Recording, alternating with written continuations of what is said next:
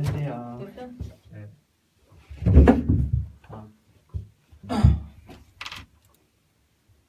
창 띄울 수 있지? 예. 핸드폰으로 하면 되잖아요. 아니 나 기사도 좀 보고요. 네. 들어오셨나요 누가? 아무도 안 들었네. 아무나. 원래 지금 안 써요. 아 그래? 네. 이제 우리가 어쨌든 하면은 맞아. 그거를 초대해야 돼. 이거 근데 컴퓨터로 못 해요. 그렇지. 컴퓨터 정우 뭐야? 씨가 그 초대하는 그 담당이었는데. 이걸로 하면 되겠다. 한 명에서 한 명. 한 명이 너야? 안녕하세요. 누가 오셨죠? 아니. 두 명. 누구 들어오셨죠? 모르겠어요. 어쨌든 네. 반갑습니다. 내가 그룹에 공유하면 된다. 네.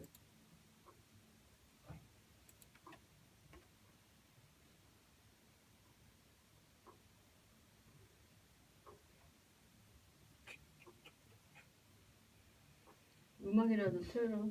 요즘에 진짜 근데 지사님 기사가 네. 전하고 좀 다른 온도로 아무래도 이제 내년 선거랑 이렇게 점점 가까워져 오니까 그리고 지금 나름대로 협치에 있어서 난항을 겪고 있어서 그런지 굉장히 좀 다른 차기 대권 주자들하고 대비가 돼서 뭔가 주목을 좀 하는 것 같아요. 근데 오늘 기사를 보니까 이성엽 씨네. 네. 안녕하세요. 안녕하세요. 오늘 기사를 보니까 좀 차별화된 그런 기사를 봤어요. 그러니까 이재명 시장과 박 시장과는 어떤 다른 행보를 보이고 있다. 이런 기사를 봤거든요. 왜냐면 그 두 분은 어느 정도 다음 행보가 가시화됐다는 거죠. 이제 시장 삼선하고 국민도 지사 이렇게. 그렇죠. 그런데 이제 안희정 지사님 같은 경우는 아직 이제 오리무중. 그러면서 한 가지 더 시나리오가 가능성이 이제 더 제기되면서 연말도 이르고 내년 설까지도 보는 이제 시각이 나왔어요. 이제 그 기사가. 그때까지 본다라는 게 그때까지 이제 그렇죠. 그때나 돼야 이제 정확한 어떤 행보가 나오지 않을까. 이런 기사가 나왔어요. 지난번에 어떤 저희 패치인분이 다음 행보에 대해서 어떤 게 제일 좋겠냐고 생각하니까 그때 제가 언뜻 받고 저도 댓글 남기기도 했는데 송파로 가셨다가 당권 도전하는 게 낫지 않냐라는 의견이 비중이 가장 많은 것 같더라고요. 근데 저는 이제 이렇게까지 하고 오늘에서 저는 드는 생각은 모두의 예상을 뛰어넘는 그 이도 저도 아닌 다른 제3의 선택을 하실 것 같은 어떤 그런 느낌이 왔어요. 느낌적인 느낌이 촉이 왔어. 저는 국회의원 나가신다 이런 말씀하실 때 오히려 그냥 몸을 움츠리시고 움츠리기보다는 뭔가 좀 패를 숨기실 것 같아요. 그러니까 그런 나는 안희정 지사님은 내가 어떤 그러니까 정파적인 어떤 그 계산 이런 수나 이런 몸을 움츠린다는 거나 어떤 이런 계산적인 그런 계산적인 어떤 그런 거에서 그런 게 아니라 그냥 나의 진로 나는 어떻게 할 것인가 나는 이런 그런 진로 선택의 차원에서 그러니까 생각을 고민을 하고 나는 무엇을 할 것인가, 나는 어떻게 하지, 나는 뭘 할 것인가 이렇게 고민을 하는 차원에서 그러니까 생각을 할 것 같아요. 되게 신중하신 스타일이어가지고 또 시기가 지나고 나서 그때에 맞는 어떤 선택을 해야 되는 게 맞다는 섣불리. 그러니까 나는 때를 기다린다고 생각하지 않는다니까. 그러니까 자기의 진로. 내가 4년 동안 어떻게 해서 어떻게 대선을 준비하고, 그러니까 대선이라기보다는 나의 정치 인생, 내가 어떻게 할 것인지를 생각을 해서 결정을 이 시기에 맞는 내가 해야 할 것을 생각할 거지. 내가 어떤 때에 맞는 결정. 이런 거를 고민할 것 같지 않다는 오히려 거죠. 5년 뒤에 대통령 나간다는 그런 전제하에 뭐는 결정을 안 하실 것 같아요. 그냥 대통령 기회가 되면은 이번에처럼 하실 것 같기도 하지만 저도 기다린다는 그런 의미는 아니었고 어쨌든 어떤 그러니까 쭉 보면서 자기의 쓰임이 있다고 필요로 할 때 그때 이제 뭔가 그러니까 좀 약간 스탠스가 다른 게 확실히 스탠스가 다른 게 뭔 정치적 계산을 보고 들어가는 게 아니라는 거죠.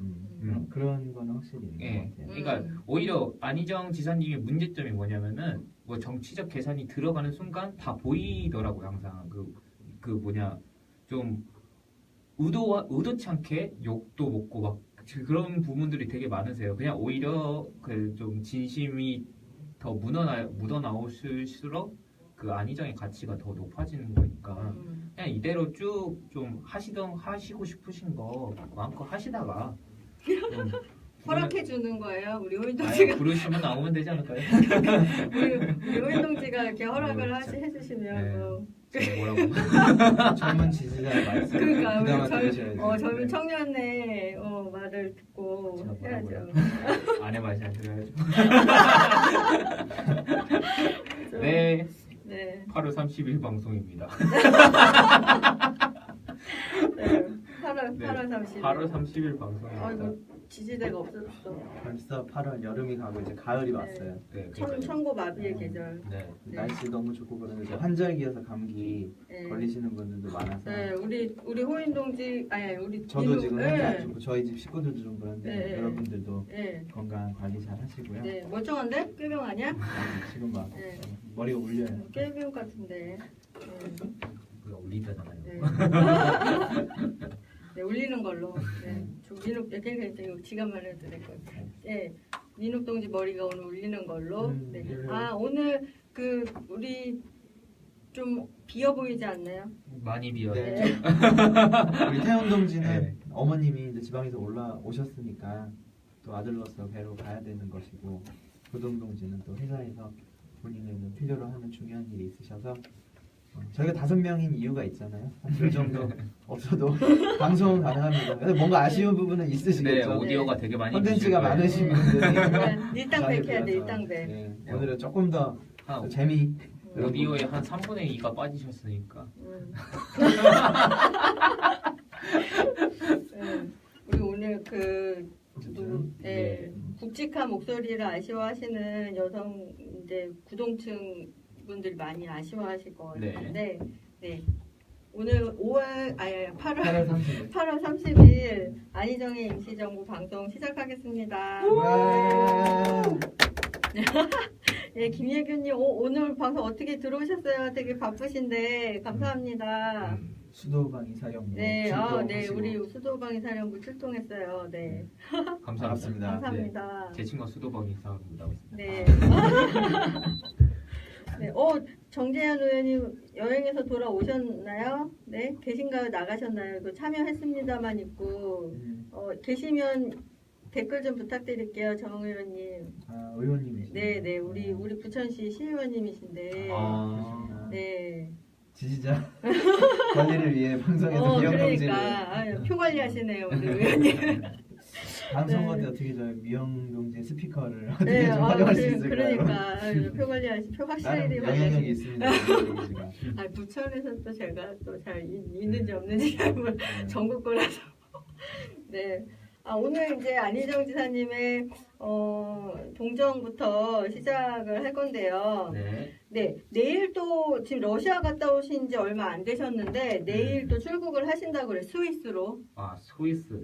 스위스랜드. 예. 네, 그래서 스위스로 출국을 하신다고 하시더라고요. 네, 무슨 일이신가 봤더니 예. UN 인권이사회에서 충남 인권행정 우수 사례를 네, 소개를 하시러 토의도 하고, 예. 그것도 인권 행정하니까 제가 전에 안 지사님 직접 처음 뵀었을 때가 네, 그 대선 경선 때 초기에 육아 브런치 토크 해가지고 네, 항상 그 라이브 토크 하셨을 때 있잖아요. 네, 그때 네. 제가 들었던 게 안 지사님은 페미니즘 관련된 이슈에 있어서도 네. 어떤 대선 후보와도 좀 앞서 나간 모습을 보이셨었는데 네. 거기서 꼭 이제 본인도 나는 굉장히 민주주의자로서 당연히 어떤 페미니즘을 뛰어넘는 것들을 잘 해왔다고 생각했는데 이제 여성 인권이라든가 이런 페미니즘과 관련된 공부를 많이 하시고 단체 분들한테 굉장히 많이 혼났고 그분들의 얘기를 막 들어보고 하다 보니까 본인이 부족하다는 걸 느꼈고 그래서 그 모든 그쪽에서 얘기했다는 게 그건 거예요. 그 도의 행정도 어떻게 보면 여성의 어떤 관점이나 이런 게 너무 배제되고 결정되는 부분이 많다라고 뭐 의견도 받았고 본인도 거기에 동의하셔가지고 꼭 그런 쪽을 어떻게 보면 최종 이렇게 컨펌하는 그 통로로서 거기서도 한번 검토하게 하는 거죠. 이 행정이 여성들 회의적 관점에 있어서 뭔가 부족한 지점이 있는지 그렇게 하셨다는 얘기를 듣고 아마 오늘 인권행정 얘기 듣자마자 그 생각 나면서 네. 충분히 그런 지점까지 살피셔서 실제 그 시스템을 그렇게 만드셨던 분이니까 네. 충분히 이제 호평을 받고 초청을 받으시지 않았을까. 그래서 저도 찾아봤어요. 그래서 도대체 그 인권행정의 우수 사례를 세계에 소개를 한다고 하는데, 그러면 충남의 인권행정이 구체적인 사례가 있을 거 아니에요? 그래서, 뭘 가지고 이제 소개를 하실까 했더니, 충청남도 도민인권보호 및 증진에 관한 조례 시행규칙 제정안이 있었더라고요. 네, 그거에 있었는데, 그거에 대한 내용을 보면은 주요 이제 내용이 뭐냐면은, 인권 침해 및 차별에 대한 상담 조사 신청 방법 및 장소 접수 하는 거라든가 접수에 대한 증명원을 교부하고 그 접수 대장을 기록하고 조사 기록 표지를 작성하게 하고, 그러니까 이런 어떤 시스템을 마련을 한 거죠. 인권에 관한. 그리고 상담 조사 신청에 대한 대리인을 선임하고 대표자 지정을 권고하게 하는 조례를 만들었고요. 그리고 접수 내용의 보안 및 종결 처리까지 완벽하게 하는 어떤 이제 인권 조례를 만드신 거예요. 충남에서. 참 보면은 일관되신 것 같아요. 그 경선 때 또 유명했던 얘기가 본인이 바라보는 민주주의는 일종의 스마트폰의 OS 같은 거다. 네. 그 판을 시스템을 잘 깔아놓으면은 거기에 이제 사람들이 와서 앱도 만들고 거기서 어떤 거래도 하고 이렇게 해서 역시 시스템 만드는 데 달인 아니신가. 그 노무현 정부 때 썼었던 제가 이름이 기억이 안 나는데 그 시스템을 이제 충남에서 썼었고 그걸 다시 이제 청와대에서 다시 이제 활용하려고 했을 때 그거를 또 그쪽으로 이제 전달해주기도 했고 그랬었잖아요. 네. 그렇죠. 그래서 인권 침해와 차별을 주장하는 자에 대한 불이익 조치 금지, 신변 보호 및 2차 피해를 예방하는 이런 그 조례 시행 규칙을 도민 인권 보호관이라는 전 세계적으로 보이네요. 패널로는. 근데 이거 되게 유명한 지금 큰 행사예요. 제네바 사무소장 주재로 보이고. 네, 그리고 이제 그 한국 시간으로 지금 이게 며칠이죠? 이 생중계로도 되고 웹캐스트를 통해서 생중계로. 그러니까 외국 방송에는 되게 크게 방송이 돼요. 네. 웹캐스트로 이런 걸 생중계하고 보니까 외국 방송으로는 되게 크게 방송을 하네요. 네, 그래서 이 충남 인권 조례가 2012년 5월 10일 날 이제 제정 공포가 되셨다고 하더라고요. 그리고 2014년 10월 13일에 충남 인권 선언을 또 제정하고 공표를 하셨어요. 네. 그리고 충남 인권 조례도 타 지자체들과 마찬가지로 국가인권위법을 근거로 이제 제정을 이제 하신 거죠. 그런데 이게 또 이제 문제가 된 게 뭐냐면 이 충남 인권 조례에서 현재 이제 문제가 되고 있는 그 국가인권위법의 그 종교 2단을 포함한 종교 문제, 임신 또는 출산, 가족 형태, 동성 결혼을 포함하는 거죠. 또 사상 또는 정치적 의견, 그다음에 전과, 그다음에 성적 지향, 동성애, 또 병력 등에 대한 어떤 그런 비판을 금지하고 있다고 해요. 네, 그래서 이 그 충남 인권조례를 네이버에 치면은 바로 뜨는 기사가 충남 인권 조례가 이슬람을 조장한다는 그런 기사 그 비판 있죠. 그런 비판 뜨고 일부 이제 개신교계가 이제 좀 이게 되게 차별 조장을 중지를 촉구를 하네요. 네, 그래서 2014년에 지금 이게 충남 인권 조례가 이제 제정이 된 이후로 이제 충남에서는 사실 좀 시끄러웠나 봐요. 근데 이게 이제 많이 이슈화되지는 않았던 것 같아요. 많이 안 됐어요. 네, 아마도 대선 후보가 되셨더라면. 아니 그래도 이거는 동성애 옹호라기보다는 그냥 그런 민주주의자로서 그 성적 지향의 자유, 종교의 자유를 그 일관되게 가져온 거기 때문에 대선 때는 그런 부분에 대해서 포커스해서 어떤 이슈가 됐을 때는 다 대선은 이것보다는 다른 게 더 이슈가. 아니 근데 이게 만약 그럼 이게 이슈화가 됐다면 이제 그 보수 쪽에서의 많은 공격이 있었겠죠. 네, 이거 그러니까 똑같은 사례가 문재인 문재인 이제 대통령이 당선되기 직전에 질문 받았죠. 동성애 네. 옹호받는다 뭐 이런 네네네. 사례가 되게 많이 공격받을 거예요. 어쩔 수 네. 없이. 왜냐하면은 그쪽에서는 그 동성애란 것도 되게 네, 싫어하고 그쵸. 뭐 여러 가지 그냥 다 싫어하기 때문에 근데 그런 부분에 있어서 한 번도 뭐 눈치 보는 행보를 보인 적이 없고 네. 그런 쪽에서는 누구보다도 그리고 적극적으로 오히려 말하는 이렇게 많이 좋은 하셔서 곳에서 소개도 받으니까 그런 게 나중에는 더 힘이 음. 될 거예요. 그렇죠. 네. 또 이제 인정을 받고. 특히 또 이제 국가인권위원회는 또 2017년부터 국가인권 기본계획을 이제 또 추진하겠다고 해서 지금 이제 안 그래도 이제 말썽을 빚고 있다고 해요. 근데 이제 충남인권조례도 타 지자체들과 마찬가지로 매 5년마다 인권보장 증진 기본계획을 이제 수립해야 되고 공무원들에게도 인권교육을 또 연 1회 이상 실시해야 되고 이제 이런 뭐 인권교육을 권장하도록도 돼 있어서 이제 또 안 그래도 이 토의도 다녀오시고 이제 그 대한민국의 인권에 대한 그런 견인차 역할을 하게 되지 않을까. 제가 봤을 때 러시아도 잘 다녀오시고 계산으로 움직이는 건 아니겠지만 나중에 해외에서 먼저 다음 그 대한민국의 지도자감으로 네, 그래서 그렇게 해서 이제 네. 사람들이 더 선호하는 네. 그런 식으로 갈 수 있지 않을까. 네, 그래서 저도 이제 안 지사님이 이제 어떤 국내에서 뭐 국회의원이니 어느 지역의 대선 뭐 국회의원이니 이런 발을 넓히고 하는 거에서 이제 좀 치중을 하고 하는 것보다는 대외적으로 외교적으로 외교적으로 발을 좀 이렇게 좀 그런 지경을 넓히시는데 오히려 지금 역량을 넓히시려고 하시는 게 아닐까라는 이제 짐작을 해봅니다. 제가 또 이게 문득 든 생각이 요새 지금 지구 이제 글로벌 하는 세계에서 네, 되게 전쟁 이슈가 되게 많거든요. 네네네. 이슬람 대 기독교 아니면 네. 북한 대 미국 뭐 이런 식으로 되게 대립각이 되게 많아요. 시리아 난민부터 해가지고. 근데 오히려 이게 평화 지도자가 필요한 시점이 나타날 거예요, 분명히. 그렇죠. 평화의 어떤 아이콘이 예. 나와야죠.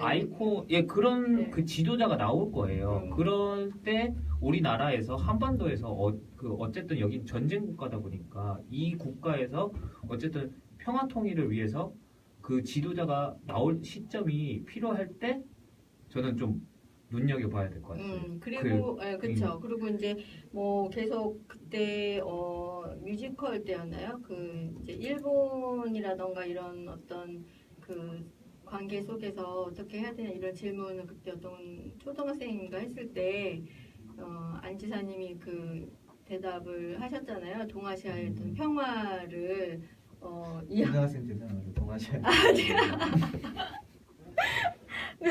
진짜 컸겠네요, 애가. 그 얘기를 듣자마자. 아니 아이의 그 눈높이에 맞춰서 대답을 하긴 했었는데 그지만 어쨌든 동아시아의 평화에 대해서 얘기하신 거죠. 동아시아 평화. 네. 아무튼 그래서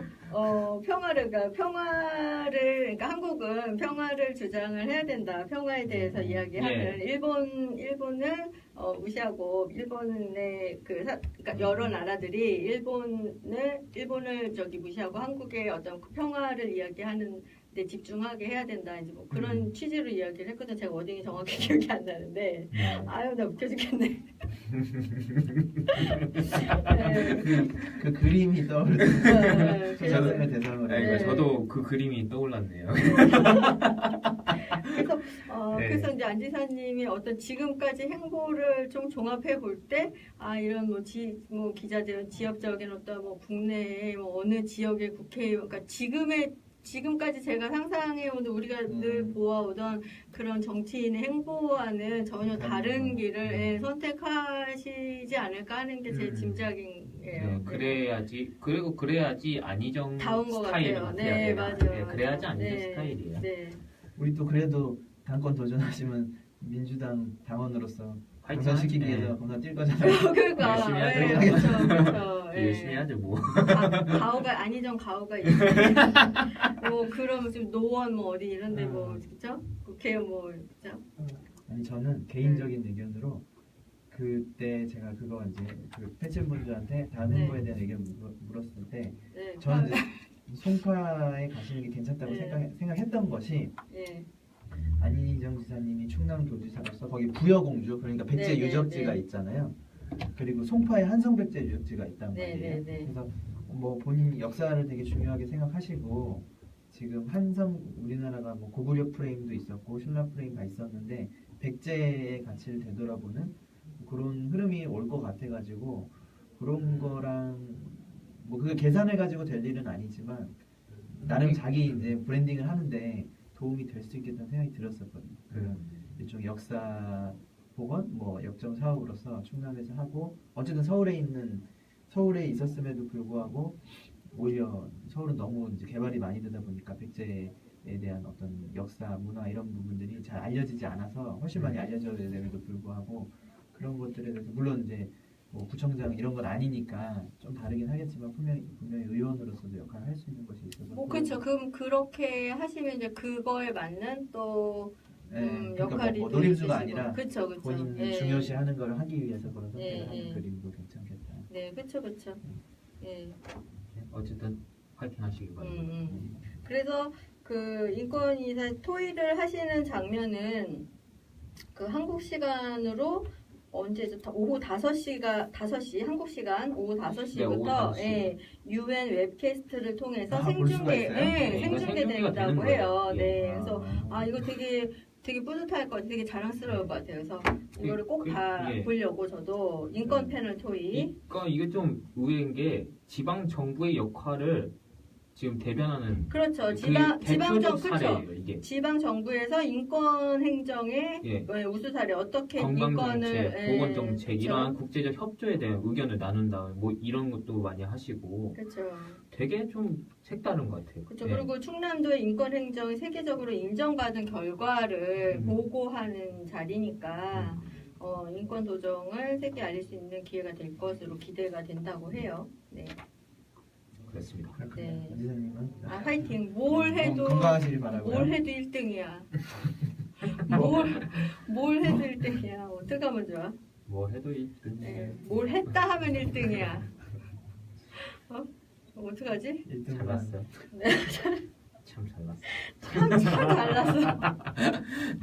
누가 나왔는지 참 잘났어. 잘났어. 네.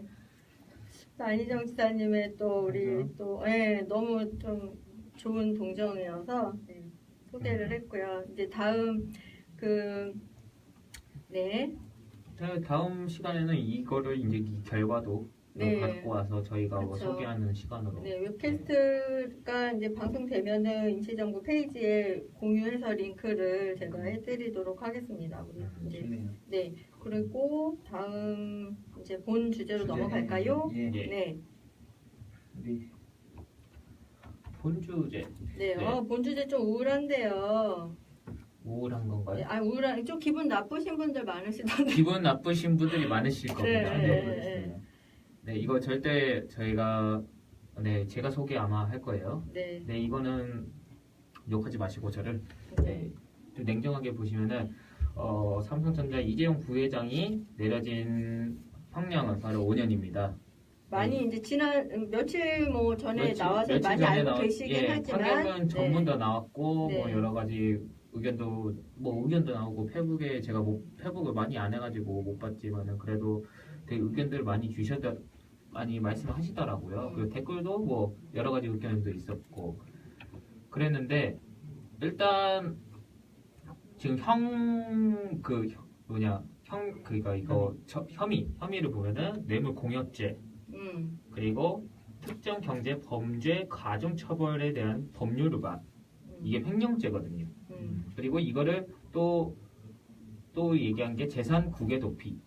국외 도피? 예, 국외 도피. 재산을 이제 국외로 돌렸다는 그거 범죄 수익 은닉의 규제 처벌 및 법률 위반. 되게 어렵죠? 그러니까 이거는 그냥 범죄 수익에 대해서 이제 그 이재용 부회장이 그걸 했잖아요. 그 뭐였지? 이거 내려받는 거. 상속세 할 때 네. 이게 그 규제랑 그게 어긋났대 위반을 했대요. 그래서 이게 협의가 출발되었고 국회에서 위증이라는 이게 좀 고무적인 게 국회에서 위증이 죄가 들어갔다는 거는 요즘 진짜 그 청문회에서 그 국회 위증죄는 거의 처벌이 되지가 않았어요. 그렇죠. 지금까지 네, 뭐 지금까지 그러니까 다들 그렇게 위증하고 네, 그냥 그래서 그렇게 위증하고 그렇게 거짓말하고 뭐 국민들 이렇게 생중계해도 그러면 그거 갖고 우리는 답답하고 막 그랬었는데 이 죄가 추가가 되었습니다. 그래서 총 5년. 그러니까 본래 이제 검사 그 특별 검사팀이 그 징계 때린 게 12년이었는데 5년에 판결이 났고 1심에서는 5년이 판결 났고 2심, 3심까지 가봐야 되겠지만 거의 5년에서 그렇죠. 왔다 갔다 하진 않을 거예요. 왜냐면 1심에서 거의 되는 거는 그렇죠. 근데 12년 구형했을 때도 12년 저거 어떻게 되나 뭐 기대가 그렇죠. 많았죠, 막. 네, 그렇죠. 기대가 많았었는데 5년이어서 되게 아쉽다. 뭐 우리나라는 그 경제인들에게 되게 관대하다 뭐 이런 말씀을 하셨는데 또 아이러니한 게 어디냐? 이건가? 아 여기 있다. 네. 또 아이러니한 게 이재용 부회장에게 그 징역을 때린 게 역대 순위권로는 2위래요. 네? 그 5년밖에 안 되는 게 2위라고요? 1심에서. 1심에서. 1심에서 선고를 때린 형량을 비교해 보면은 최고가 이제 2006년에 김우중 대우그룹 회장이 10년, 추징금 21조 원.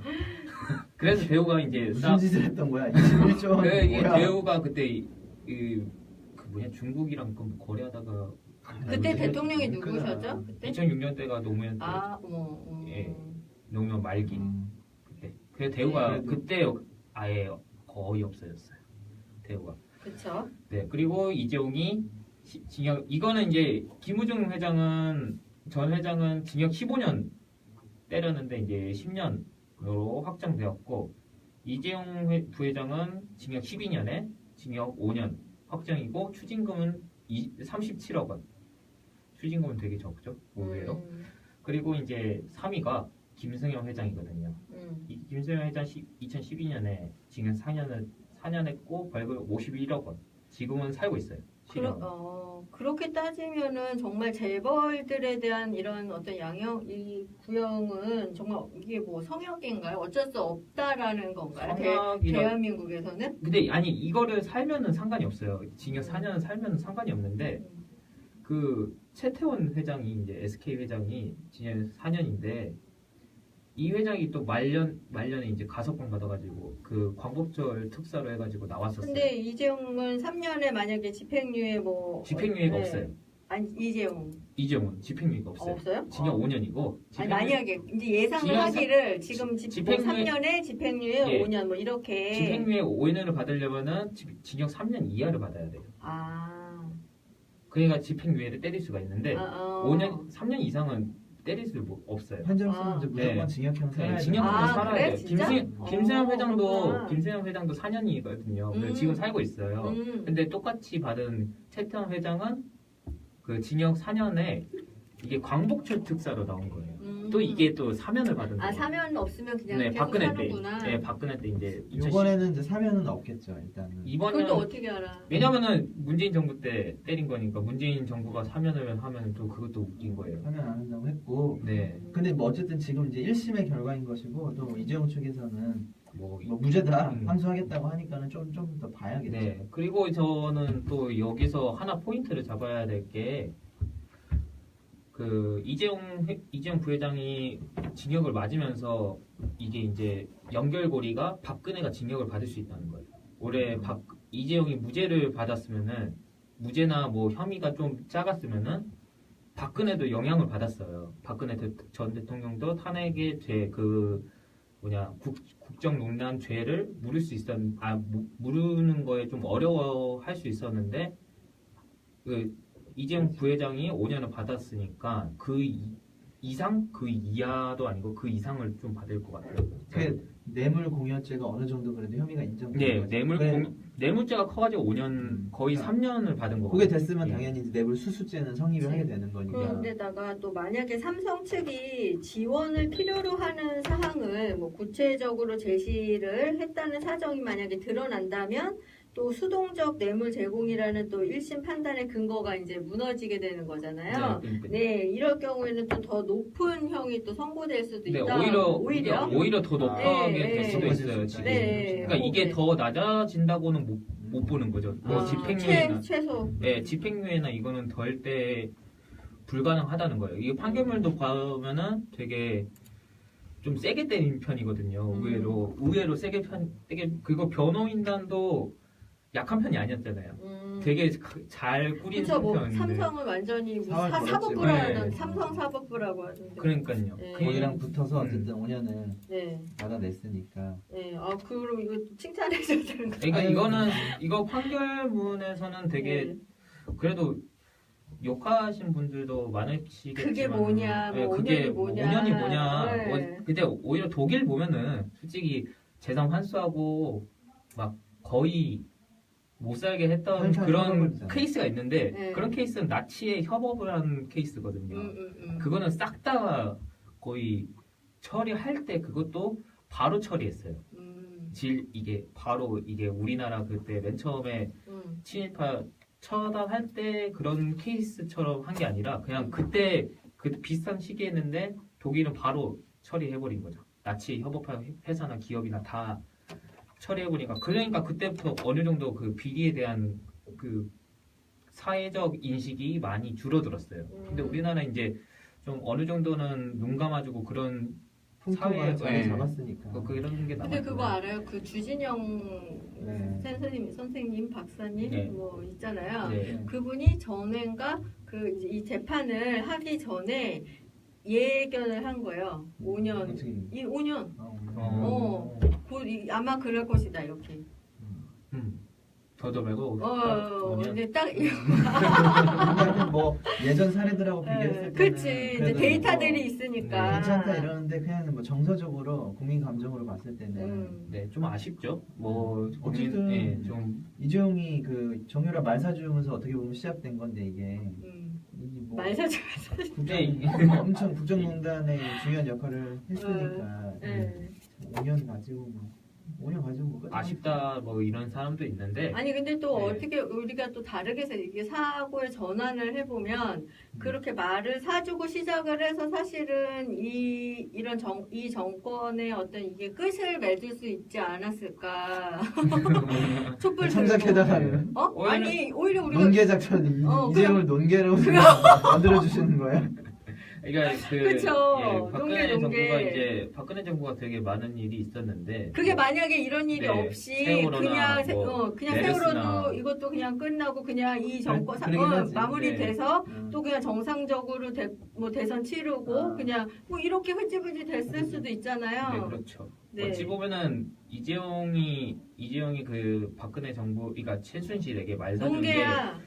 오히려 욕심이었던 거죠. 그 최순실에게는 그런 시스템 자체가 좀 그러니까 제가 늘 하는 말 있잖아요. 근데 잦은 방구 끝에 설사한다고. 네, 그 설사를 하게 해준 어떻게 보면 뭐 은인? 네.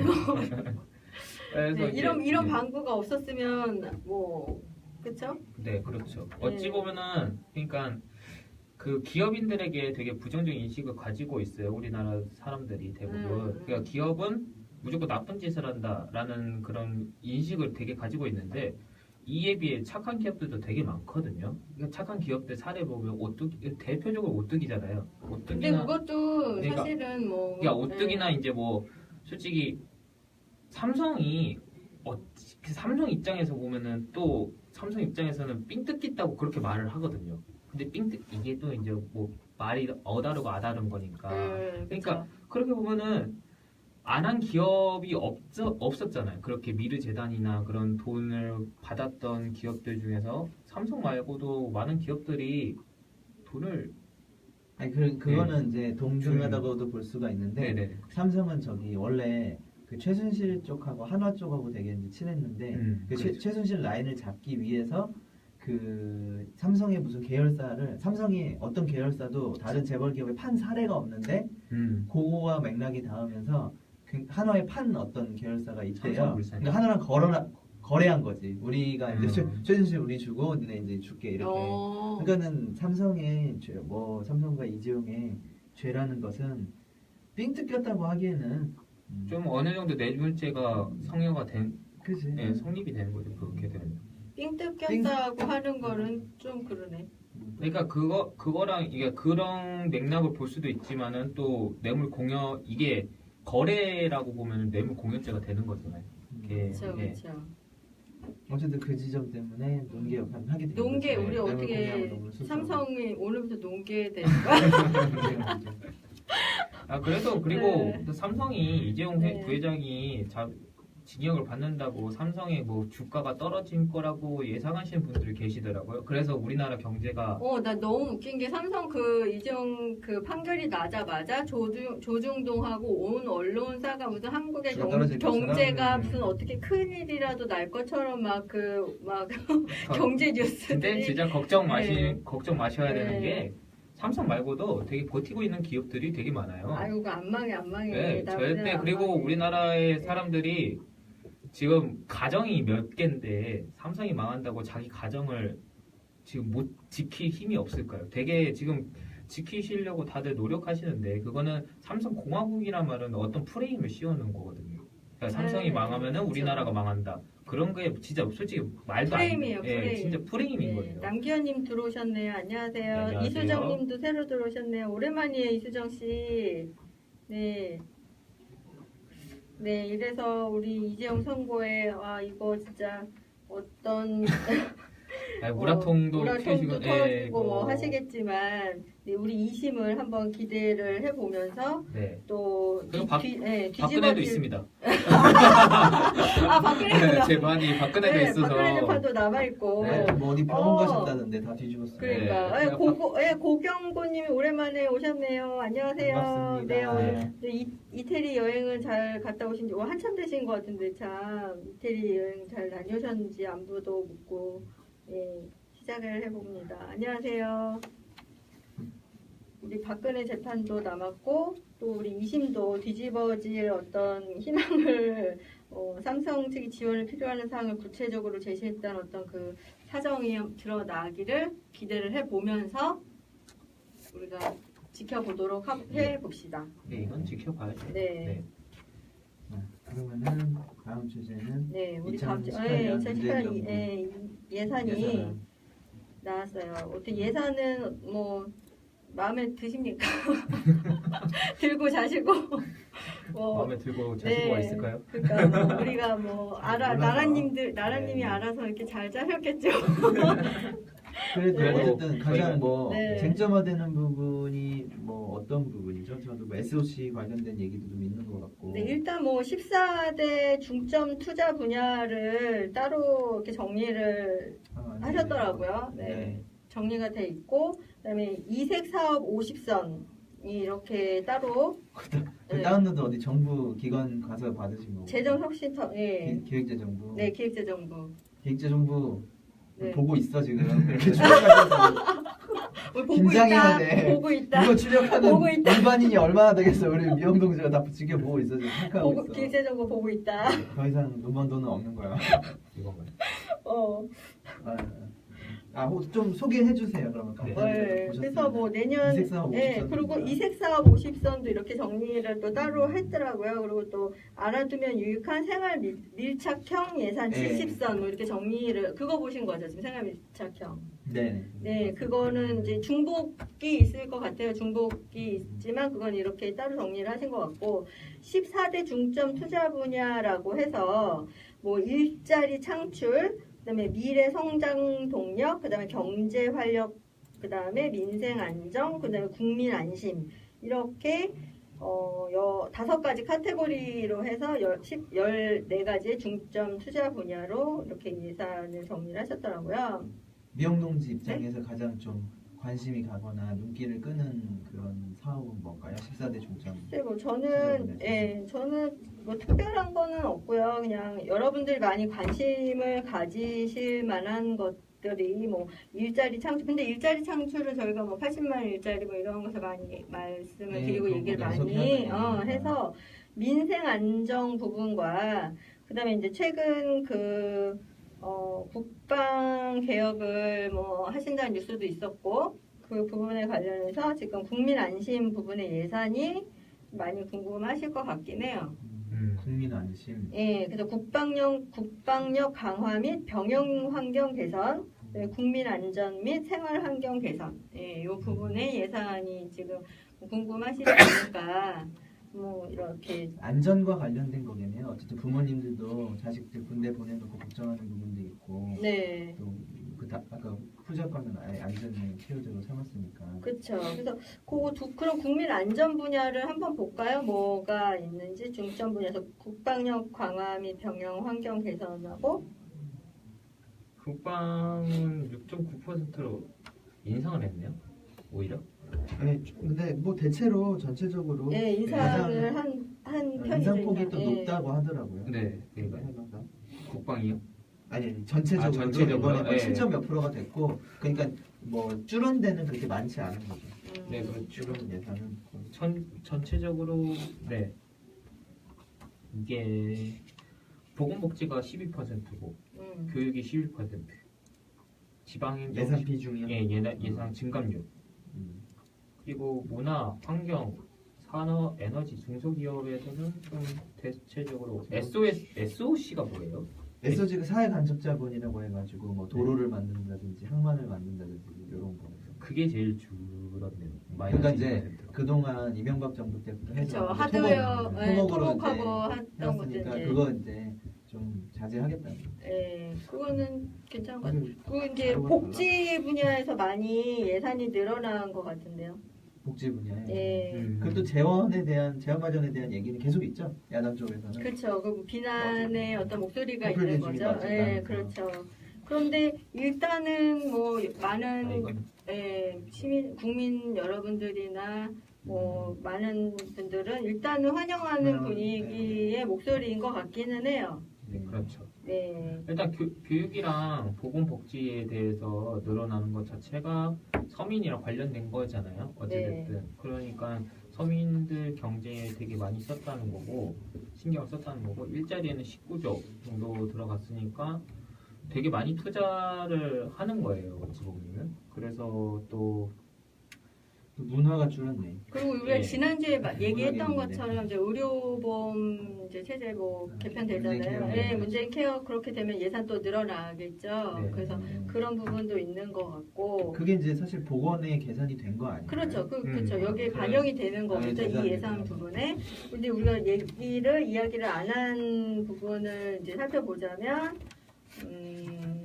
국민 안심 분야, 이제 국방력 강화 및 병영 환경 개선에서 보면은, 3,795억 원에서 5,331억 원으로 한국형 미사일 방어 체계를 이제 구축을 하는데 예산이 늘어났네요. 한국형 미사일 방어 체계라는 건 물론 저기 사드랑 또 다른 거긴 하겠지만 그거를 또 보완할 수 있는 거를 지금 어쨌든 미사일 계속 쏘고 하니까 네, 그렇죠. 어쨌든 방어를 구비를 해야 되니까 뭐 북핵 미사일 위협에 대비한 방어 체계를 구축을 한다는 거죠. 그리고 뭐 17년 기본 설계 보람의 사업이죠. 보람의 사업 한국형 전투기.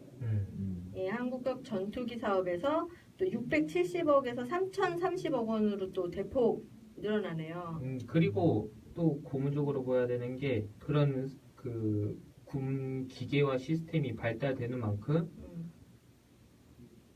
부사관이 늘어난다. 뭐 일자리 창출 효과가 있다는 말이에요. 아니, 그러니까 어떤 부사관이 늘어난다는 거는 음. 그 장병 숫자를 줄어든다는 거거든요. 장병을 장병을 줄고 그 부사관이 늘어난다는 거. 오히려 그러니까 그거 기계 보병이라는 시스템 자체가 그 병사가 하는 시스템이 아니라 하사 이상부터 할 수 있는 시스템이에요.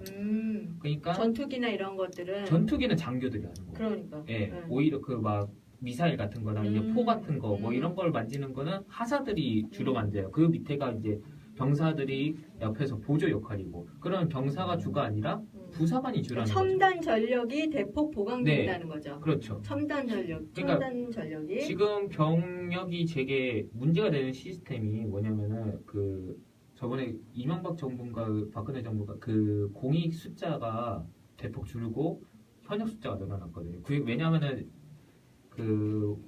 되게 계속 저출산이잖아요. 계속 저출산이다 보니까 그 청년들은 숫자가 줄어들어요. 근데 군대는 그 육군은 숫자가 계속 필요하잖아요. 그래서 거기가 우선시대. 예, 현역이 많이 필요하다 보면은 공익 숫자를 줄어들이고 현역 숫자를 많이 늘리는 거예요. 그러면은 좀 정신적으로 불안한 판정을 받을 수 있는 얘들도 군대로 갈 수 있고, 건강상 뭐 허리 디스크나 이런 거는 원래 공익으로 빠질 수 있는데, 그 허리 디스크 있는 얘들이 갑자기 군대로 오면은 이제 아예 시스템이 뭉개지는 거예요. 전력이 네, 이제 그만큼 약해지죠. 더 약해지는 네, 거죠. 네. 그러다 보니까 그 병역 비리는 개선되지 않고, 얘들은 덤도 막 자살할 것 같고 막 이러다 보니까 이게 전력이 약해지고 적응이 안 되다 보니까 오히려 애들이 이게 악순환이 되다 보니까 좀 군대 문제점이 많아져서 지금 군 문화나 이런 걸 개선시키려고 노력을 많이 하는데, 근본적인 원인은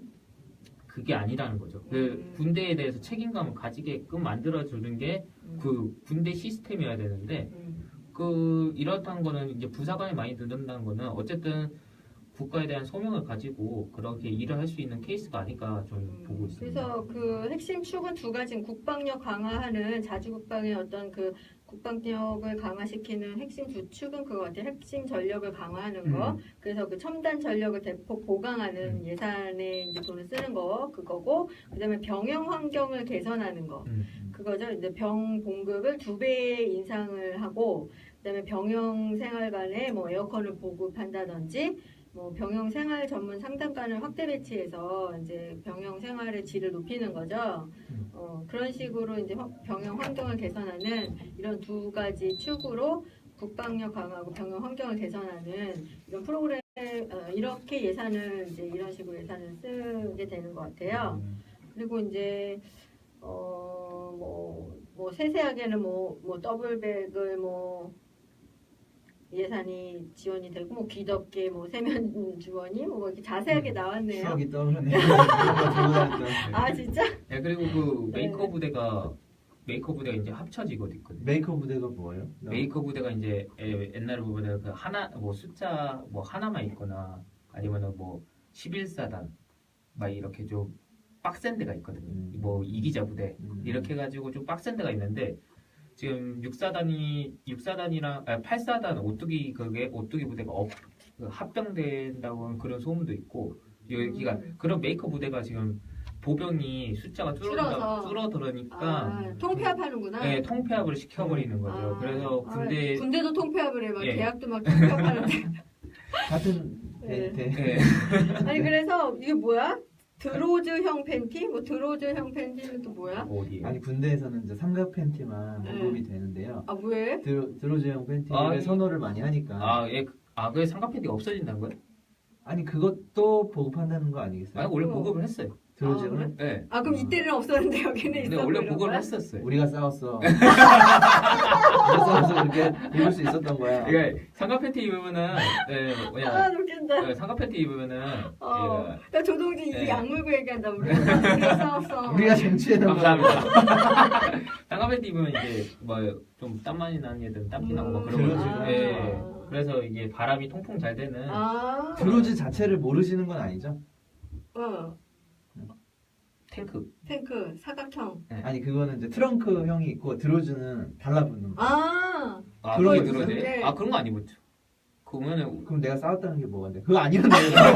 그러니까 쟁취를 못했네요. 그러니까 지금 한다는 거야. 지금 나도 지금 안 싸웠었는데. 그러니까 트렁크, 네. 노인동치는 트렁크를 입었던 거고, 드로즈는 이거 사각 수영복처럼 달라붙는 거. 붙는데 그게 불편함이 스판. 내가 근데 지금 입고 있는데 알았어. 여기서 더 이상 말 벗을 순 없고.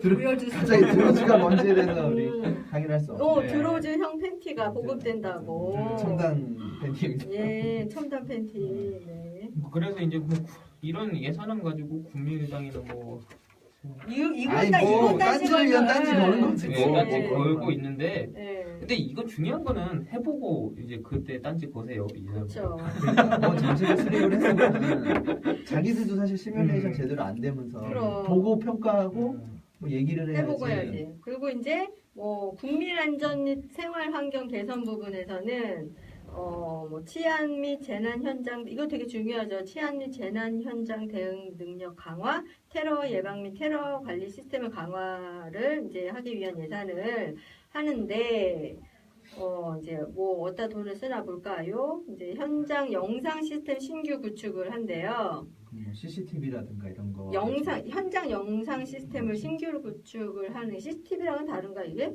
그리고 기동 순찰대를 확대하는데 50개 현재 50개소에서 60개소 그리고 노후 헬기와 버스 교체를 하고 그런 기본적인 것들 하는 게 중요하다고 그렇죠. 생각해요. 이런 뭐 이거는 이제 흉악 범죄도 많아가지고 진짜 치안 흉악 범죄, 묻지마 범죄를 예방을 하는데 정신질환 교정시설 수용자 등에 대한 치료 지원을 한답니다. 그래서 불특정인을 대상으로 하는 범죄 예방. 불특정인을 대상으로 하는 옛날에 그 강남에 어떤 묻지마 범죄 있었죠. 그 5억 원이었는데 예산을 이거를 17억 원으로 증액이 됐네요 예산이. 그리고 국민생활 환경 개선을 하는 예산이 미세먼지 배출가스 성면 등을 위해한 그런 환경 요인에 대응하기 위해서 국민생활 편의 등을 제고하는 어떤 그런 예산이 이제 배정이 된다고 해요. 태양광 그런 시스템에 되게 많이 투자를 한다고. 태양광은 에너지잖아요. 네, 태양광. 그러니까 그 에너지가 연결되는 게 네. 어찌 보면 이제 중국발 먼지도 많거든요. 미세먼지도 많지만은 그 서해안 쪽에 그 충남 쪽이나 이제 충청도나 그런 쪽에는 그 석탄 발전소가 되게 많거든요. 그 이명박 때 이제 석탄 발전소를 되게 많이 개설했었고, 그 다음에 이제 동해안 쪽에는 그 원자력 발전소를 많이 건설했었는데, 그 석탄 발전소는 미세먼지가 되게 많이 나온대요. 네, 그것도 그 영향이 끼친대요. 그러니까 막 중국발이랑 영향을 안 끼치는 게 아니라 석탄 발전소도 어느 정도 영향을 끼치고, 그리고 원자력 발전소는 다 아시다시피 위험하잖아요. 그러다 보니까 고리원전 폐쇄하고 그러면 무슨 그 에너지를 만들 거냐 해서 태양광이나 이제 친환경 에너지를 지금 우리나라도 개발을 할 시점이 온 거죠. 그러다 보니 그런 이거 괜찮네. 네. 그리고 또 환경 위해 요인에 적극 대응하기 위해서 성면을 제거. 지금 성면 되게 학교나 이런 데 성면 되게 많잖아요. 그러니까 군부대, 학교, 지하 역사 등 공공시설의 성면과 슬레이트 지붕 제거 지원을 확대하는데 이게 무려 지금 현재 596억 원의 그 예산이었거든요. 근데 이거가 지금 2,155억 원으로 예산이 확대되는 거예요. 4배 정도가 지금 확대된 거죠. 되게 이제 뭐 그동안 잘 신경 쓰지 못했던 것들에 대해서 꼼꼼하게 챙기는 거는 뭐 좋은. 네, 그리고 뭐 친환경차 보급을 확대하는 등 미세먼지 저감 대책 지원을 강화하고 그런 이제 예산이 이제 늘어나는 거죠. 왜 좋은 얘기 하는데 왜 이렇게 다들 심각해요. 체력이 고갈되기 다들 컨디션이 안 좋아가지고. 왜 나만 신나? 왜 나 컨디션 좋은데? 저도 컨디션 좋은 거 신났어요 저도. 그리고 저기 뭐 긴급 콜센터가 통합된대요. 각종 신고 번호가 112, 119, 110으로 통합된다고 하네요. 그리고 3개만? 응. 그리고 비긴급 근데 이거 3개 말고 뭐가 더 있나요? 119, 112, 119, 110. 110은 뭐야? 간첩 신고 아닌가? 아니 127. 아닌가? 이제 그런 게 통합된다는 거. 그리고 뭐 비긴급 신고는 비긴급 상담 콜센터 119. 비긴급 상담 콜센터가 110. 와, 근데 이거 하는데 현재 26억 원에서 51억 원이 들어요. 그걸 하는데? 네. 왜냐하면 그 통합 시스템이 되게 복잡한 게. 그치, 인력도 그렇고 지금 그 연결 분산시켜준 시스템을 그래야겠지. 또 도입해야 간첩 되니까. 신고는 아마 이제 112로 그럼 받겠네. 그쪽이니까. 거기서 이제 거기에 맞는 또 뭔가 할당 시스템 개발이 추억 돋네요. 뭐 간첩 신고는 뭐 어디 몇 112 뭐 막. 번호 꼭 외우기요. 그러니까 우리 저는 진짜 반공교육 세대잖아. 반공교육 저는 안 세대. 받았습니다. 저는 못 받아서 모르겠어요. 반공교육 세대는 이런 거 있었어요. 네. 그리고 이런 중점 투자 분야가 있어요. 사실은 이제 더 우리가 두 개만 봤지만 민생 안정 부분도 있고 경제 활력, 뭐 수출 역량. 그러니까 간단히만 보자면 뭐 일자리 창출, 미래 성장 동력에서는 미래 성장 동력 산업을 육성을 하면 제 6차 산업인가 이게 뭘까요? 그리고 문화 융성하는 데도 이제 예산이 많이 책정되겠죠. 그다음에 수출 역량 제고, 중소기업 성장 사다리 지원, 그다음에 지역 경제 활성화 이런 부분에 이제 예산이 집중되는 거죠. 오히려 문화는 줄어들었어요. 문화랑 체육 관광은 줄어들었고. 근데 문화 융성하는 부분. 문화 융성하는 부분은 좀 늘어났는데 문화 전체적으로는 줄어들었어요. 전체에서. 어쨌든 최순실 그 사태가 문화 체육 쪽 예산에서 일어났던 일이잖아요. 네. 그러니까 뭐 좀 그런 거 신경 쓴 것도 네, 그리고 있었겠죠. 애초에 지금 관광에서는 늘어날 필요는 없다고 보는 거죠. 일단은 소득 위주로 올라가야 되고 소득 예. 성장을 해야 돼, 중심 그러니까 성장을 해야 그렇죠. 되니까. 그러다 보니까 어쨌든 그 사람들이 일자리를 가지고 그 다음에 관광이나 이런 걸 해야 된다고 보고 있는 거죠. 그래서 뭐 이색 사업에서도 보자면 뭐 재밌는 뭐 사업이 되게 소개가 이것도 여러분들도 보시면 좋을 것 같아요. 뭐 빅데이터를 활용해서 학대 아동을 조기 발견을 하겠다라는 어떤 사업도 있고, 또 어린이집 보육의 질을 상시 모니터링 하겠다라는 또 사업도 있고요. 그다음에 장애인 권익 옹호 기관이 전국에 신규로 또 설치가 된다고 해요. 또 불법 조업 방지 시설이 어민들의 근심을 또 근데 불법 조업 방지 시설 같은 경우는 이거는 좀 지방분권, 자치분권에서 해결해야 될 일 아닌, 이게 중앙에서 뭐 세부 내용 보면은 중앙정부 네. 차원에서의 지원 영역이 있을 수도 있겠죠. 협조를 해야 되나요? 공조해야 되는 부분이 공조가 있나? 있으니까. 어쨌든 그 영토 그 영해 NLL 그런 불법 어업 방지 관련이 있을 테니까 뭐 국가에서 어떤 기준이 세워지고 그에 걸맞는 뭐 시스템이 필요할 수 있겠죠. 그렇겠네요. 그런 차원에서. 그리고 의료기관 환자 안전사고를 획기적으로 줄이겠습니다. 예, 라는 또 예산이 이 부분에 또 추가가 되고, 그다음에 성가신 음성 스팸 전화 신속하게 분석하고 차단합니다. 정말 디테일하다. 성가신 그렇게 문제가 있어요? 그 성가신을 어떻게 알았을까? 성가신 음성 스팸 전화 신속하고 분석하게 차단합니다.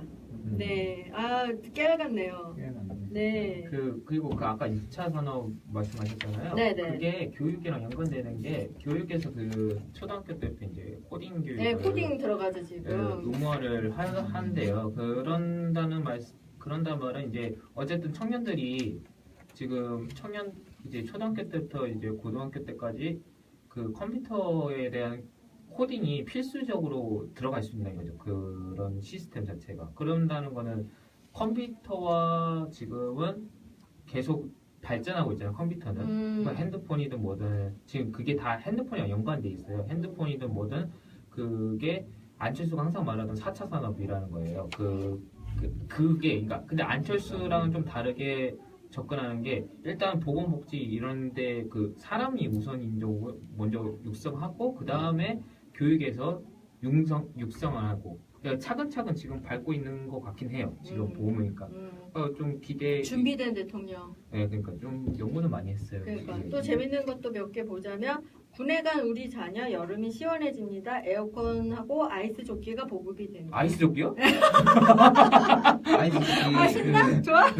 PX 뭐 요즘 그거 있긴 있었어요. 아니 SNS에서 최근에 뭐 화제가 된 걸 봤는데 PX에 들어가는 화장품이 엄청 좋다고 소문이 나가지고 여성들이 자기 남친들한테 PX 그걸 사달라고 몰라 진짜 좋대. 달팽이 크림. 진짜? 제가 발랐거든요. 그거를. 뭐야? 제가 발랐었어요. 진짜? 예, 이거 약간 그 광고 같은데 이게 여드름이 엄청 많았거든요. 제 얼굴에. 근데 그거 바르면서 좀 세수도 좀 제대로 하고 선크림 많이 바르고 그러니까 여드름이 많이 사라졌어요. 그래서 엄청 인기 있대요. 진짜 그게 인기가 많아요. 나중에 아이스 조끼도 이제. 네, 아이스 조끼도 인기 많은 거 아니에요? 네. 근데 제가 진짜 좋은 것만 들어가고 좋은 게 싼 값에 들어가니까 되게 많이. 네. 광고 시간, 달팽이 크림 광고 시간이었습니다. 그리고 또 뭐 달라진 거는 뭐 인터넷으로도 출생 신고가 가능해진다고 해요. 그러니까 와 역시 좀 IT 강국이네. IT 나 강국. 진짜 출생 신고할 때 지금 뭐 어떤 시대인데 이렇게 해야 되나 그런 생각했었는데. 그렇구나. IT 강국이에요. 네. 그리고 징병 검사를 받으시면 종합 검진 결과를 제공해 드린다고 하고요. 그다음에 법원 집행문이 온라인 징병 검사를 받으면 종합검진 결과를 제공해 드린대요. 이거 뭐 그러니까 뭐 이거 뭐 그것 때문에 뭐 징병 검사를 뭐 할 일은 없겠지만 할 일은 없지만 어쨌든 그쵸, 하는 김에. 자기한테 더 자세하게 병이 있는지 없는지 볼 수도 있고. 그리고 이거 좋다. 뭐 이거 되게 좀 필요한 것 같은데 생명 유지를 위한 연명 치료를 환자 본인이 결정하게 된다네요. 그래서 연명 의료 제도화를 지원을 하는 예산이 새로 신설됐어요. 작년까지는 없었는데 그러니까 새로 신설된 거죠. 그리고 뭐 장기 흡연자를 대상으로 폐암 검진을 시범 사업을 이제 새로 실시를 하게 되고 독도의 수중성 모습을 또 보여주는 또 사업이 신설이 됐네요. 네. 관광 사업인 느낌인 거예요. 그러네. 이건 관광 사업이지. 관광 사업인가? 국방 사업인가? 그러게 이게 무슨 사업? 이게 농림해양예산과에서 실시를 해요. 관광 사업이라고 봐야겠죠. 네, 그렇죠. 이게 독도 바닷속에 대한 360도 드론 해저 영상 촬영을 실시해서 독도 가상 탐험을 서비스로 제공을 하는 거예요. VR로. 네, VR의 컨텐츠 제공을 하는 건데 총 7억 5천만 원을 들여서 VR의 컨텐츠 제공. 세계 어디서든 누구든 독도 바닷속을 가상 탐험해 볼 수 있는 해저 로드뷰 서비스 개발. 이렇게 되면은 독도가 우리나라 그렇지. 땅이라는 그런 거를 효과를 그렇죠. 이거는 거기까지 있는 그렇게 거죠. 거기까지 하는 그런 거야. 이게 거는 무슨 영리한 거지. 이거를 그러니까 노린 원래 거예요. 독도에 대한 그런 제도가 없었거든요. 네. 근 거의 8년. 이건 홍보죠, 홍보. 근 10년간 똑똑한 없었는데 네. 이게 그 전 정부 이후로 되게 그렇죠. 왜냐면 이거 독도에 독도를 일반 국민의 접근성이 되게 낮잖아요. 뭐 그렇지. 한번 여행 가기도 힘들고 한데 일반 국민들의 어떤 그 독도의 접근성을 확대하고 독도에 대한 그 관심과 이런 거를 제고하고 하는 거죠. 이제 해외까지. 상기식 해외까지 접근성 좋아지. 접근성 좋아지고 그래서 독도 그럼 뭐 독도가 뭐야 하지만 이거 독도 이러면 한국의 뭐 어떤 섬, 뭐 바닷속의 아름다운 한국의 섬 이렇게 홍보가 되는 거죠. 이거 되게 괜찮네요. 네, 괜찮네요. 네. 영리하게 잘 푼 것 같아요. 네. 영리하네요. 그러니까 VR로도 그거 풀어냈다는 거는 지금 VR이 되게 VR 산업을 키우려고 하고 있는데 그렇죠. 그거랑 산업, 연계가 국가가치까지. 와, 짱인데? 이거는 좀 머리 많이 쓰는데요. 와, 또 있어. 창덕궁 달빛 기행의 아름다움 속으로 당신을 초대합니다. 창덕궁 달빛 기행. 이거는 창덕궁의 아름다운 야경과 역사 문화 콘텐츠를 바탕으로 전문가 해설과 함께하는 고품격 궁궐 활용 프로그램을 운영할. 이거 되게 가고 싶네요. 이게 경복궁이 되게 효과가 만점이었거든요. 그 경복궁 야간 조명. 우리 저기 하면 좋겠다. 이런 사업에서 이제 실행이 되면은 임시정부팀이 한번 체험해보고 오는 거지. 그렇지. 우리 네. 야외에서 야외 국민의 행복이 얼마나 진짜. 그치. 그러니까 저희가 뭐 이런 산업에 대해서 그냥 좀 소개해주면서 좀 여기에 정부 사업 우리가 느끼면서 좋은 게 있으면 뭐. 좀 같이 또 좀 즐기면 되지 않을까요? 그렇죠. 예. 한국 축구 프로 아마 통합 리그가 이게 무슨 의미가 있나요? 아마와 프로가 통합 리그가 의미가 있죠. 그래요? 난 축구 그러니까 지금 몰라요. 1부랑 2부랑 지금 승격전으로 지금 하고 있거든요. 근데 네네. 아마는 되게 고립되어 있어요. 지역별 기초 리그가 활성화되는군요. 그러니까 아무리 아마가 잘 돼봤자 시민구단이에요. 시민구단은 한계가 있거든요. 부천 FC도 있는데. 네, 부천 FC도 시민구단이죠. 네, 그것도 시민구단이고 성남도 시민구단이고 그러다 보니까 이게 그 선수들이 우수 선수 확보를 위한 저변 확보. 드래프트랑 뭐 이런 거 많이 하다 보면은 축구 산업이 예전에 있었지 않았나요? 그러니까 이벤트성으로라도 왜 농구도 농구대잔치에서 뭐 대학이랑 기업이랑 같이 했었던 것처럼 그런 것처럼 지금 그러니까 아마도 잘 돼야지 프로 산업이 잘 될 수 있으니까 그러니까 아마 축구를 발전시키는 요인이기도 하죠. 그래서 이게 또 예산이 신설이 된 거고. 그리고 남북의 음식 문화를 한 곳에서 비교 체험할 수 있는, 그러니까 통일부에서 이거는 만들었나 봐요. 이제 문화가 너무 또 다른 걸로 인해서 이질감을 또 느끼니까 이제 식문화를 통해서 향후 또 어떤 이제 통일 공감대 확산에 기여를 하기 위해서 부동동지 너무 찬양 일세이라고 가서 좀 씹어주시면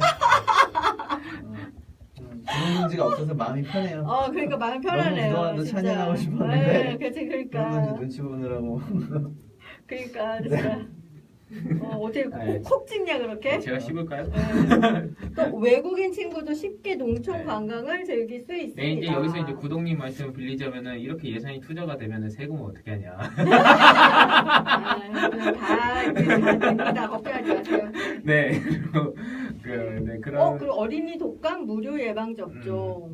이런 네. 게 이런 소득 그러니까 이게 또 어찌 보면 소득 주도와는 또 다른 면면을 볼 수 있는 게 이제 포퓰리즘이라고 볼 수도 있어요. 근데 포퓰리즘이라고 보는 거는 이제 좀 지나봐야지 그렇게 보거나 아니면은 그 전에 이제 조심스럽게 말하는 것도 괜찮은 것 같고 결과를 보고 얘기합시다. 예, 결과를 1년 예산 해보고 얘기합시다. 과정도 한번 보고 그렇죠. 그 결과도 한 번씩 보면서 저희가 판단해봐야 될 것 같아요. 그리고 이런 거 우리가 기본적으로 해야 되는 거잖아요. 아름다운 우리 야생화 산업화를 위한 원천기술 연구에 첫 발을 내딛습니다. 네. 그죠?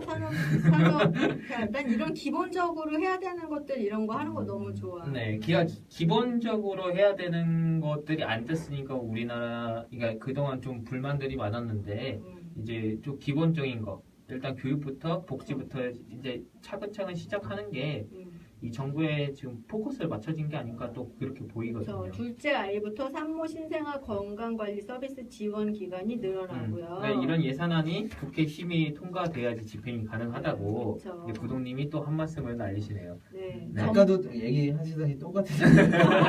전박이 물범의 휴식지가 이렇게 또 홍보를 해야 시민들이 또 지원을 하겠죠. 전박이 전박이 물범의 환경 휴식지가 관련. 전박이 물범의 휴식지가 조성이 된다고 하고요.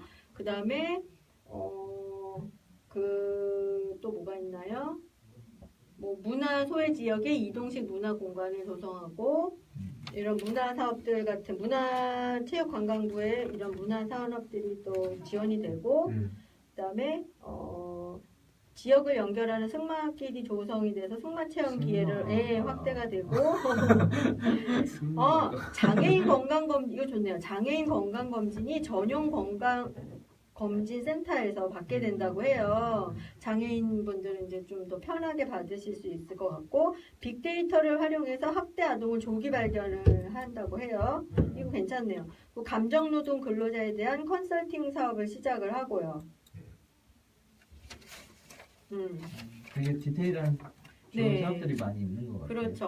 어르신의 다양한 근로 욕구에 부합하는 일자리를 신설하게 되고 대학생들의 창의와 열정을 응원하는 대학생 창업펀드 조성을 지원을 하고 또 페이지가 너무 많이 나온 것 같아요. 네, 그만할까요? 아유, 성가신 음성 스펙처럼 이거 아유, 너무 웃기다. 탁탁탁. 네, 4개짜리 포인트 4개에서. 네. 그리고 장애인 권익 옹호 기관이 전국에 신규로 설치되고 네. 철도 보안을 위해 탐지견이 투입된대요. 너무 감탄하신 것 같은데. 테러 뭐 이런 거. 네, 테러 때문에 탐지견이 투입을 되고 없어요. 이제 끝이에요. 지자체 간 비교 분석이 가능한 지역 통계 체제를 구축하고 이거 괜찮다. 지자체 간 비교 분석이 가능하게 통계가 구축이 된다고 하고요. 그러니까 일단 예산안에 편성된 것은 어느 정도는 구체적으로 지금 잘 짜는 것 같아요. 얘가 좀 내용 있게 어느 정도 퀄리티 있게 지금 짜는 것 같은데 이게 잘 실행되면은 또 잘 집행 가능하고 또 잘 통과돼야지 이제 집행 가능하겠죠. 어찌됐든 그러니까 좀 우리가 아까 미영 동지가 말씀했듯이 시민들이 어느 정도는 막 와 해주면은 문재인 정부도 힘이 나가지고 탄력 받을 수 있을 거예요. 그러니까 이번 그쵸. 1년이 되게 문재인 정부한테 중요하니까 예산안을 짜는 게 정책이 잘 실현되는 게 주 목표인 것 같아요. 그렇죠. 저는 이제 무조건적인 또 응원을 하라는 이런 거보다는 일단 알아야 되잖아요. 네, 그렇죠. 무슨 내가 내 세금으로 이런 사업들이 사실은 우리가 이런 사업이 진행을 한다고 해도 구체적으로 몰라요. 모르고 1년을 보내는 경우가 상당히 많거든요. 그리고 그렇죠. 이렇게 알아야 이 돈이 그렇게 사업이 잘 쓰여졌는지 그리고 저희가 아니면 예. 잘 허투루 쓰여졌는지를 저희가 알 수가 있어요. 예산 감시도 또 해야 되잖아요. 저희는. 그러니까 이런 예산이 이런 정확한 목적에 맞게 이렇게 잘 쓰여졌는지도 저희는 봐야 되니까 그런 의미에서 이제 홍보도 중요하고 우리가 잘 알아야 하지 않나라는 의미에서 네. 저는 좀 자세히 소개를 좀 했고요. 그리고 이 혜택이 우리한테 오는 거잖아요. 그렇죠. 그러니까 우리가 좀 많이 보고 많이 즐겨야지 이 예산안에 허투루 낭비되지 않았다는 게 느낄 수가 있을 것 같아요. 그렇죠. 우리 항상 정부 예산에 보면 복지, 노동, 교육 이렇게만 큰 테마만 보고 이게 많이 쓰였네 이렇게 보잖아요. 그렇죠, 그렇죠. 네, 그러니까 우리가 어떤 예산에 쓰였고 어떤 정책이 돼 있고 그거를 정책 한번 즐겨보고 이렇게 좀 한번 경험해보고 그러면 그 문제점이 보일 거 아니에요? 그렇죠. 네, 그렇게 좀 하는 그런 문화가 만들어졌습니다. 네, 그래서 예산을 내가 낸 세금이 어떤 예산에 어떤 사업이 또 이렇게 자세히 보다 보면 아 이런 사업들이 있고 나도 이런 거 좀 이용해봐야겠다 이런 생각을 하게 되더라고요. 그래서 예, 이 홈페이지 들어가면 되게 자세히 나와 있어요. 네. 예. 보시면 좋을 것 같아요. 그리고 저도 몰랐던 거 보니까 되게 좋네요. 요즘 정보가 네. 경쟁력입니다. 네. 네, 많이 합시다. 이거. 네, 우리 오늘 조동진 감기 걸려가지고 거의 네, 해롱해롱 하고 있어요. 네, 해롱해롱 하고 약은 먹었어요? 문제를 맞아야 돼. 몸살 감기라 가지고 네. 뭐 막 당장 코 막히고 콧물 막 나고 그러지 않아가지고 좀 쉬어서 나와보려고 했는데 내일까지 되면 뭐 병원 가봐야 될 것 같아요. 네. 그러게요. 네, 오늘 환절기 뭐 여러분들도 진짜 갑자기 감기, 추워졌는데. 감기 조심을 하시고요.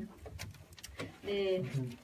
다음 주에도 또 뭐 더 좋은 기사거리와 또 더 좋은 주제로 네, 또 찾아올 것을 약속을 드리면서 오늘 방송 와주신 분들 너무 감사드리고 오늘 오랜만에 와주신 분들 다 너무 감사드립니다. 네, 감사합니다. 감사합니다. 네. 네, 오늘 뭐 사람도 부족해가지고 저희가 좀 많이 우왕좌왕했기도 했는데 그래도 끝까지 아니야. 오디오가 비지는 않았어. 오디오가 별로 네. 맞대지 않았잖아요. 네, 그렇죠. 오늘 뭐 말 많이 하려고 아픈데도 불구하고 아픈데도 불구하고 우리 다 감사합니다. 네, 와주신 조민욱 동지하고 호인 동지 감사하고요. 여러분도 감사합니다. 네. 네, 감사합니다.